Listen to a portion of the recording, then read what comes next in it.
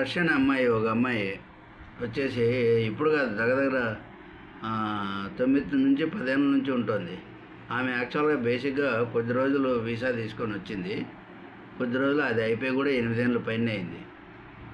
ఆ అమ్మాయి వచ్చేసి ఇక్కడ కర్ణాటకలోని ఒక అడవుల్లో ఉంటుంది అనమాట. ఎట్లుంటుంది అసలు చాలా ఇద్దరు చిన్న చిన్న పిల్లలు తీసుకొని అడవులో ఒంటరిగా ఉంటుంది. నిజం చాలా షాకింగ్ న్యూస్ ఇది మాత్రం. ఎందుకంటే ఆమె ఇప్పుడు మనం మామూలుగా ఊర్లో తిరిగేటువంటి వాళ్ళే ఊరు బయట ఉండాలంటే ఉండలేరు.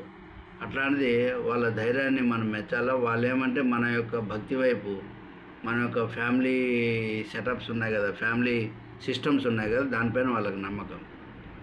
అట్లాంటి వాటిపైన అది లోపల ఒక ఏదో రూమ్ మాదిరిగా ఏదో ఒక చిన్న కొట్టం మాదిరిగా వేసుకొని ఆమె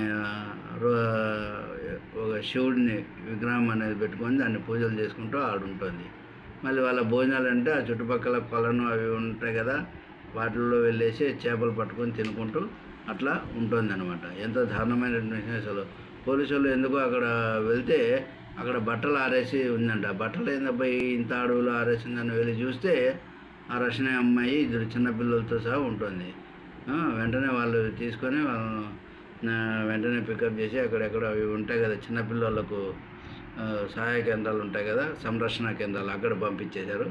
అదే ఇప్పుడు అందరూ కలిసి ఇప్పుడు ఆమె రిటైర్ని కూడా మళ్ళీ రష్యాకి పంపించేసేయాలి. ఎందుకంటే మనకు రష్యా వాళ్ళకు మంచి రిలేషన్షిప్స్ ఉన్నాయి, అందరికీ తెలుసు.